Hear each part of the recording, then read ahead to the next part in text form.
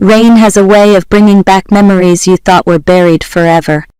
I am sitting in my Boston apartment, watching water slide down the glass, when my phone buzzes with a notification. It is a message from my grandmother. "There is a letter here for you. You should come read it." The envelope is still on my kitchen table an hour later.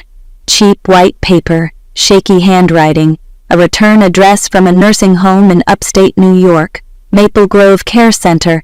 I already know who it is from before I open it. Thomas Keegan, my father, the man who threw me into an October storm when I was 15 years old.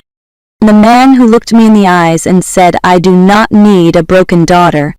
I have not heard from him in 13 years. Not one call, not one card, not one apology, and now suddenly he wants to see me. He says he is dying. He says he is sorry.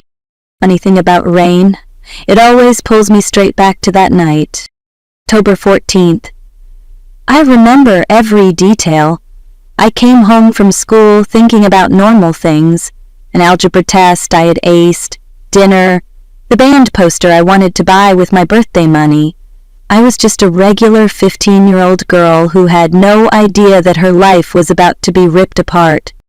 When I opened the front door, Thomas Keegan was standing in the living room like a storm of his own. His face was red, his hands were shaking. My older sister Madison stood behind him with her arms crossed and her eyes full of something that looked like concern, but felt like something much colder.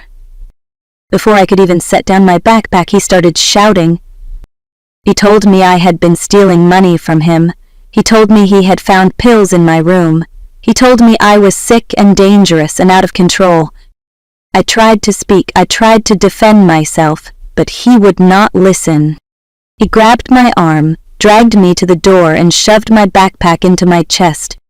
Then he opened the door and pushed me outside into the freezing rain. "Get out of my house," he said. "I do not need a broken daughter." And just like that, at 15 years old, I was homeless in the middle of a storm. Before that night, I was not a problem child. I was Lucy Keegan, a quiet girl who loved school, who kept her head down, who tried very hard not to make life harder for anyone. I got good grades, I did my chores, I stayed out of trouble. If you had asked my teachers to describe me, they would have said I was polite and responsible. But everything changed when my mother died. She passed away when I was 10 years old, and the house never felt the same again. Thomas Keegan did not know how to handle grief. He did not cry, he did not talk. He just shut down. He went to work, came home, sat in his chair and stared at the television like he was waiting for something to make sense again. So my older sister Madison stepped in. At 14, she became the one who cooked dinner and reminded me to do my homework. She became the one Thomas leaned on, the one he praised, the one he trusted. He told her she was strong and mature and that he did not know what he would do without her. And slowly, without anyone noticing, the roles in our family shifted. Madison became the center of everything. I became the background. It was not loud at first. It was subtle. Little comments, little looks, little moments where I felt less important, like being a kid in a family where one sibling becomes the star and the other becomes invisible. I did not understand it back then, I just felt it. I felt myself shrinking, trying to be quieter, trying not to be in the way, trying not to give anyone a reason to be disappointed in me. I did not know yet that someone was already building a story about who I was supposed to be. Madison was not just stepping up in the family, she was taking control. To Thomas Keegan, she was the responsible one. The daughter who kept everything together after our mother died. The one who never complained and never caused trouble. He trusted her completely because she made him feel like he was still a good father, even when he was barely present. To everyone else, she played the same role. At school, she would talk to my teachers with that soft, concerned voice. She told them I was struggling, that I was acting out, that I was having a hard time coping. She made it sound like she was protecting me, but really she was quietly rewriting my reputation. Homework assignments went missing the night before they were due. Permission slips somehow never made it to my teachers. Invitations I sent to friends never got delivered. Then people started treating me differently, like they were already expecting me to be a problem. I tried to tell Thomas once. I sat across from him and said that Madison was sabotaging me, that she was lying about me, that something was wrong. He looked at me like I had just insulted him. "You are just jealous of your sister," he said. "She is trying to help this family." That was the moment I learned something important. In this house, Madison was believed. I was not. After that, I stopped talking. I stayed quiet. I stayed small. I did not know how to fight a story that was being told about me when I was not even in the room. Then Thomas married Claire. She was polite and distant, the kind of woman who smiles and keeps her hands clean. Madison immediately started calling her Mom. I could not bring myself to do that. It felt like betraying my real mother. From that moment on, I was no longer just invisible. I was an outsider. There was one thing Madison never talked about out loud. Money. Before my mother died, she had set up trust funds for both of us, $45,000 each. It was not meant to make us rich, it was meant to give us a start, a little protection in a world where she would not be there to help us anymore.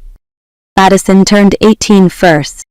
She got her money and spent it fast. A new car, designer clothes, expensive gifts for her boyfriend. By the time she was 20, it was all gone. Nothing left but credit card bills and bad decisions. My trust fund was still untouched.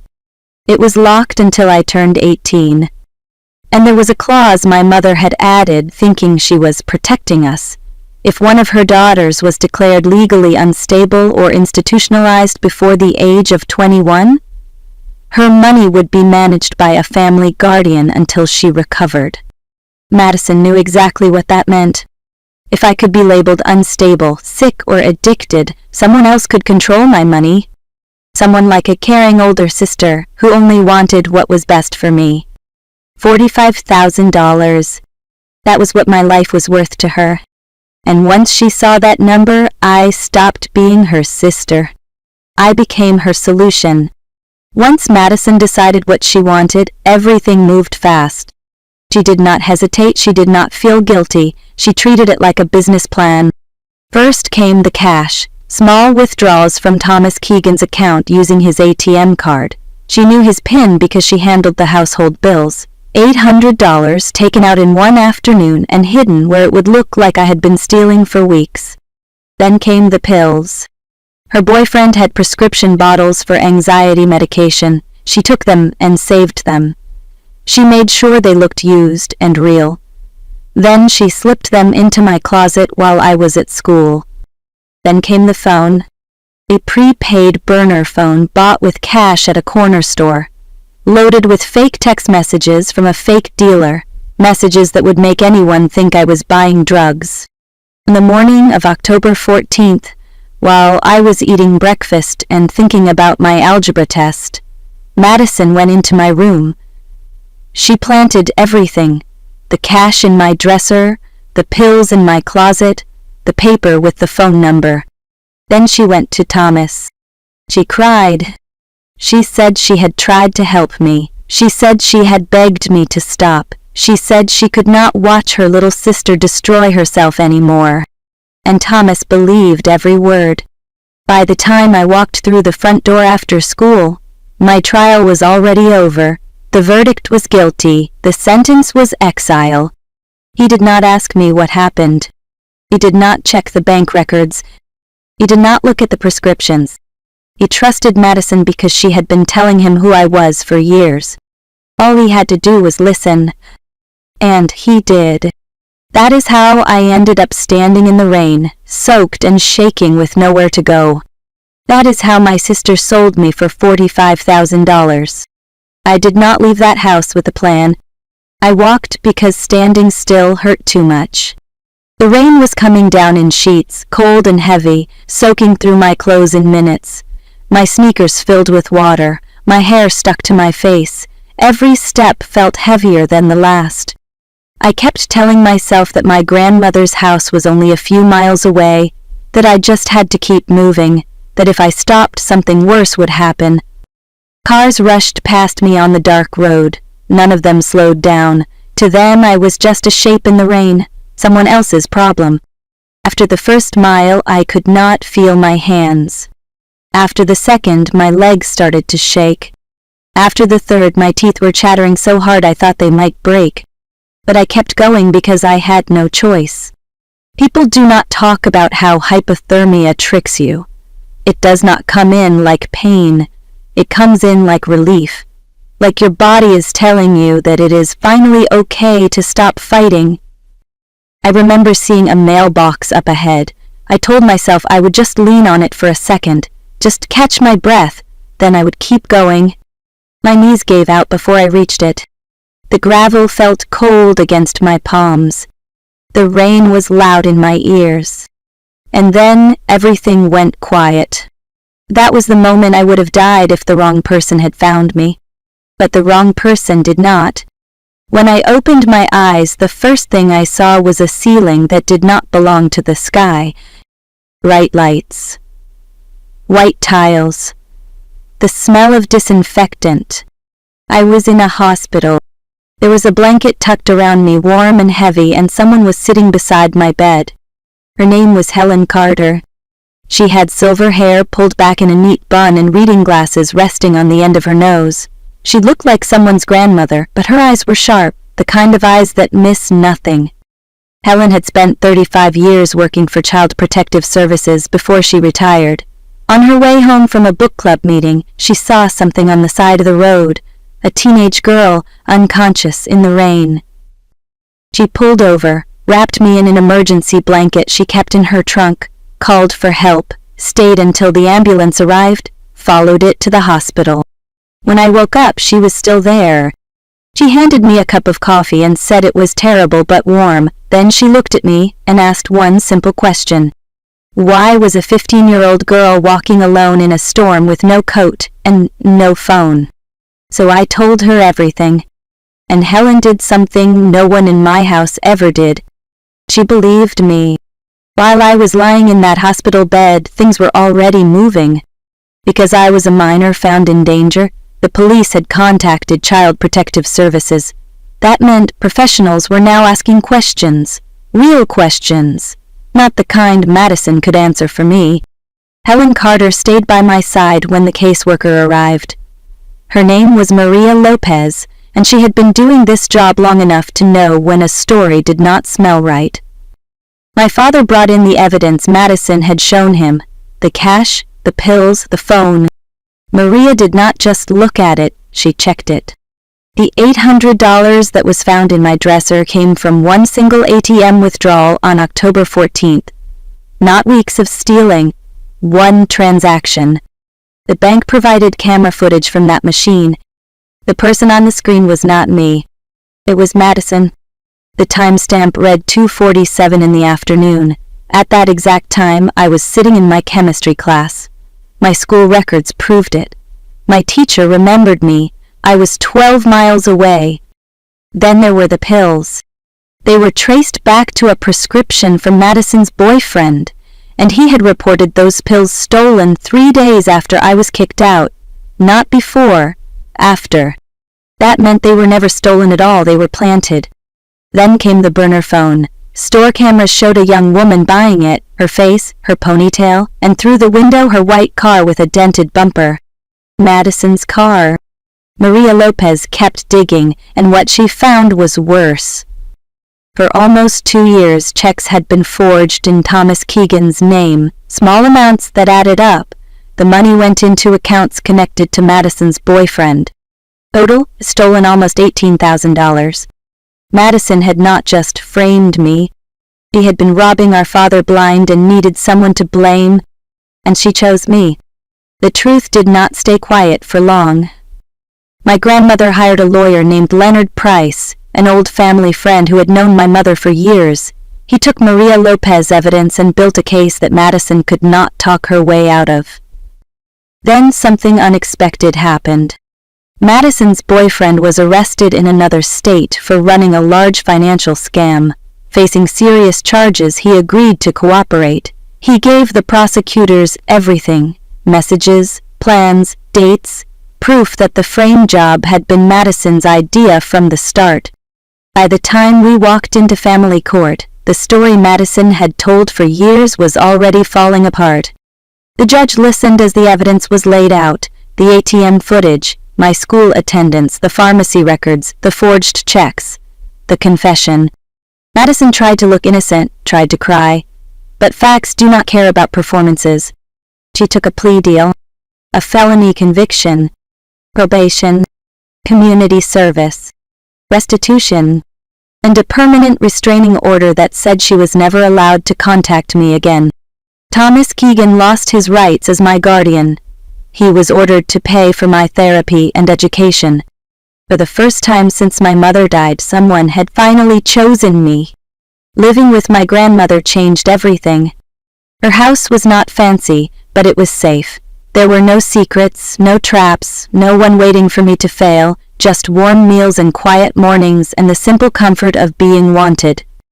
I went to a new school where nobody knew my past. I made real friends. I went to therapy. I learned that what happened to me was abuse, not weakness. I grew up. I went to college. I got a job. I moved to Boston. I built a career in marketing and a life that belonged to me. And I fell in love. His name is Daniel. He is patient and steady and kind, the kind of man who would never throw anyone into a storm. We are engaged now, planning a future that feels safe. I'd not spoken to Thomas Keegan in 13 years. Not until the letter came from a nursing home, saying he was dying, saying he was sorry, and asking me to come see him one last time. The letter came to my grandmother's house. She called me and said there was something there I should see. She did not tell me what it was, she just let me decide. When I opened the envelope, my hands were shaking. Thomas Keegan wrote that he had suffered a stroke, that he could barely use the left side of his body, that he lived in a small room at a nursing home now. The house was gone. The life he thought he had was gone. He wrote that Madison had come to see him, and he refused to let her into his room. He said he could not look at her without remembering what he had done because of her lies. He wrote that I was the only person he wanted to see, the only one he needed to apologize to. He said he knew he did not deserve forgiveness. He said he knew I owed him nothing, but he was running out of time and he could not leave this world without trying. I sat at my grandmother's kitchen table for a long time after I finished reading. I did not go for him. I went for myself, because I did not want to carry unanswered questions into the rest of my life. The nursing home smelled like disinfectant and old memories. Thomas Keegan's room was small and quiet. A single bed, a television no one was watching, a window that looked out on a parking lot. He looked much older than I remembered. The stroke had taken something from him, something proud. When I walked in, he started crying. He tried to apologize. He said my name over and over like he was afraid I would disappear if he stopped. I let him speak, and I sat down across from him. I told him I forgave him, not because what he did was okay, but because I was tired of carrying the weight of it. I told him forgiveness does not mean forgetting, it means choosing peace over anger. You believed a lie because it was easier than the truth, I said. You chose Madison because she made you feel comfortable, and you threw me away because I reminded you of everything you lost. I told him I built my life without him, a career, a home, a man who loves me. You do not get to be part of that, I said, but I am not angry anymore. He nodded. He was crying again. We talked about safe things, my job, my city, my fiancé. When I stood up to leave, he reached for my hand. I let him touch my fingers for a moment. Then I walked out. In the hallway, a nurse stopped me. She said my sister had been there the week before, Madison. She said Thomas Keegan refused to see her. He told the staff to send her away. He said he could not look at her face anymore. For years, I had been the daughter who was pushed aside. And now, when it finally mattered, I was the one he wanted. but it was too late to change the past. I walked outside into the October sunlight. The air was cool but gentle. 13 years ago, October meant rain and fear and almost dying on the side of the road. Now it meant falling leaves and a life that finally felt like my own. Some storms do not destroy you. They redirect you. I lost a father who did not deserve me. I gained a grandmother who fought for me. I lost a sister who never loved me. I found myself. Daniel was waiting for me when I got home. Dinner on the table, a quiet movie playing, arms ready to hold me when I needed it. I was not that 15-year-old girl in the rain anymore. I was safe. I was strong. And I was finally free. If this story moved you, like the video, share it with someone who needs to hear it, and tell me in the comments where you are watching from. I will see you in the next story.